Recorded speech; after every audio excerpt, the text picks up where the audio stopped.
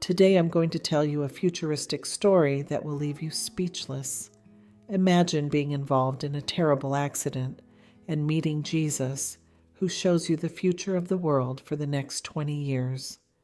This is the experience of John, a man who saw futuristic cities, advanced technologies, and discovered the true meaning of life. If this story excites you as much as it does me, subscribe to the channel and hit the bell to receive new content every day. Let's share these experiences that can truly give people hope and prove that there is life after death. Join the Beyond the Light family. We are already 15,000 strong.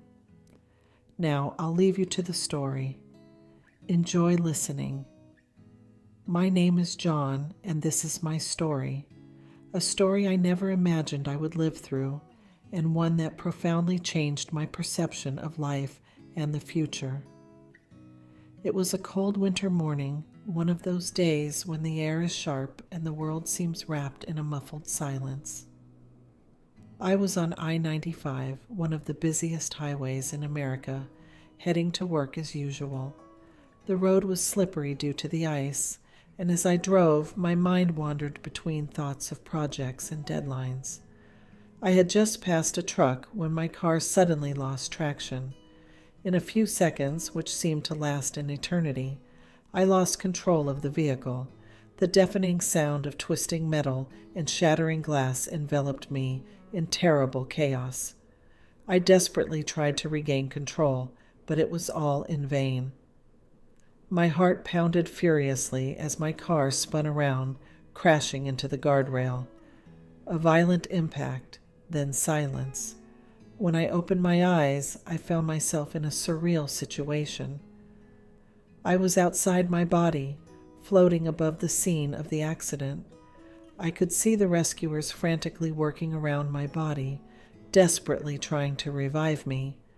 I heard the sirens of the ambulances, the confused noise of worried voices, and yet I felt incredibly calm, enveloped by a peace I had never known before. A bright light began to surround me, warm and welcoming, gently pulling me away from the accident scene. I felt an indescribable force lifting me, carrying me through a tunnel of light that seemed endless. It was a timeless journey to a place where the concept of past, present, and future dissolved. At the end of the tunnel, I emerged into a space of pure light, radiant with love and compassion. In front of me stood a luminous figure, emanating an aura of infinite serenity. I instinctively knew who it was: Jesus. His gaze was full of understanding and love, and I felt welcomed like never before. "Welcome, John," he said in a voice that resonated like celestial music. "You have gone through a great trial, and now I will show you something very important." With a gesture of his hand, the landscape around us changed. Suddenly, we were in a futuristic city, like nothing I could have imagined. Towering skyscrapers rose into the sky, covered with lush gardens and vertical farms. The streets were filled with silent, pollution-free vehicles that floated lightly in the air. "This is a vision of the future, John," Jesus explained. "A possible future if humanity chooses the right path." His gaze grew serious.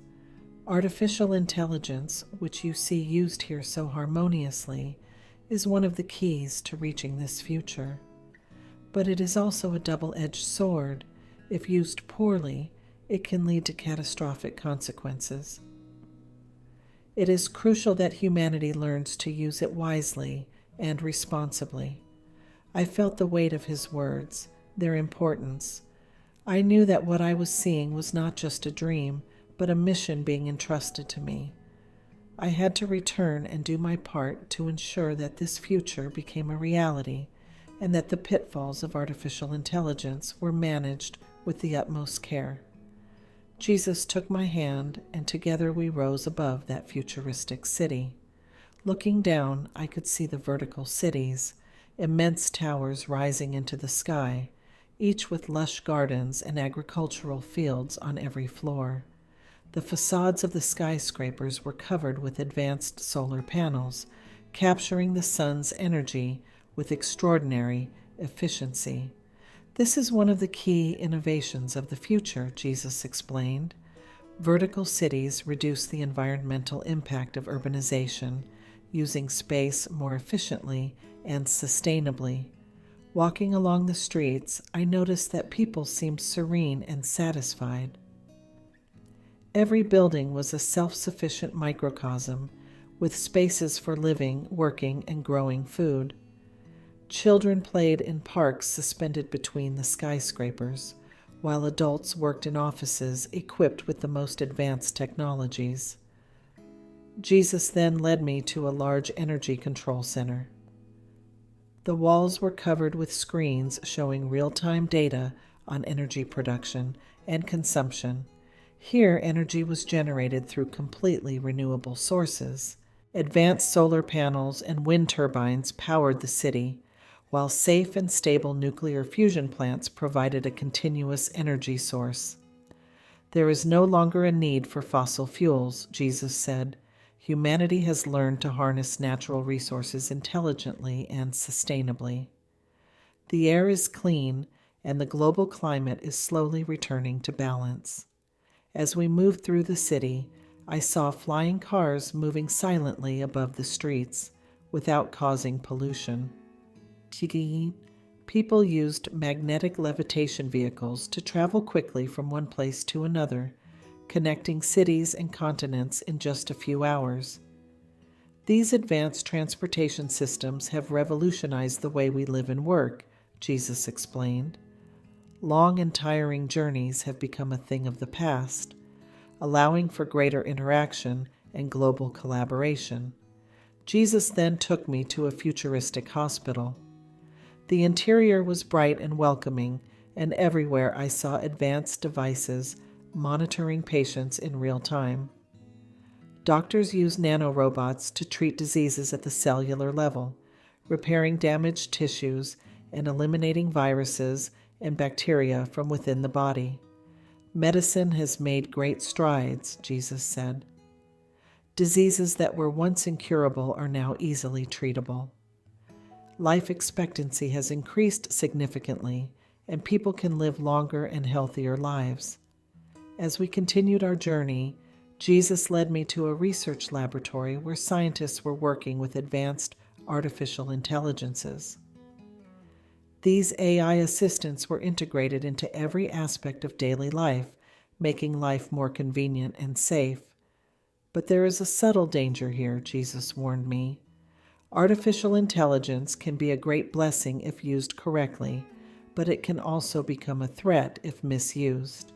Humanity must learn to use this technology wisely and responsibly. Ethics must be at the heart of every technological development. I then saw a vision of a world where AI was used irresponsibly. Invasive surveillance systems, crucial decisions left to machines without compassion, and a society divided between those who control technology and those who are controlled by it. It was a dystopian future, a warning of what could happen if we are not careful. These visions left me with a profound sense of responsibility. Jesus looked at me with love and seriousness. John, now you know what is possible. You must return and do your part to ensure that humanity chooses the right path. Every small gesture counts, and you can make a difference. I woke up in the hospital confused and with doctors amazed at my rapid recovery. Jesus' words echoed in my mind, giving me a new purpose. Weeks later, sitting in my garden, watching the sunset paint the sky in golden hues, I reflected on how much my life had changed. Jesus' visions had taught me that beyond technology and progress, the true essence of life lies in the present moment, in love, and in connection with others. Since that day, I have learned to enjoy every moment, to value the little things I once took for granted. Morning coffees with my wife, the laughter of my children, the scent of flowers in the garden. All these things had become precious treasures. I started spending more time with my family, friends, and myself, rediscovering the beauty of simplicity and presence. Every day is a gift, and every smile, hug, and act of kindness counts more than any technological advancement. I found my peace and joy in human relationships and in living with gratitude and awareness. The future is important, but it is the present that builds the foundation for what is to come. In this new perspective, I discovered that true happiness does not come from what we own or achieve, but from how we live and love each day. And in this, I found my peace, my joy, and the true meaning of my existence. John Harris's story has ended, and it was truly an extraordinary journey, wasn't it? Think of all the incredible visions he had and how deeply they changed him. If you listen to this story all the way through, comment with an amen to let me know, and I will be truly grateful. Thank you for being with me today. See you in the next video. A hug from Charlotte.